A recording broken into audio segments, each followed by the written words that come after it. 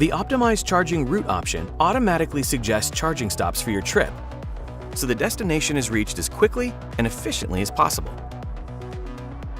Details about charging stations are displayed, including estimated charging time and charging power of the station. Find out more by selecting More Information. To get started, enter your destination using the touchscreen or through speech.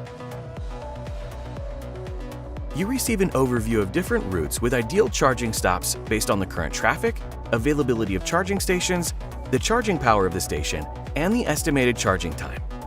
Choose your preferred route with charging stops. Then, scroll and select Route Criteria. Under Charging Route, set the minimum battery charge with which you want to arrive at a charging station and your destination.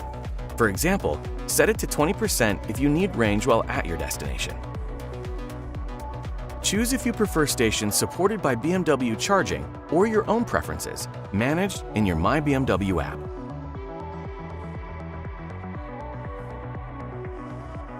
The charging route will recalculate based on your selected preferences. You can click on a charging stop in the overview to exclude the selected charging station, or go back to re-include them all or one by one.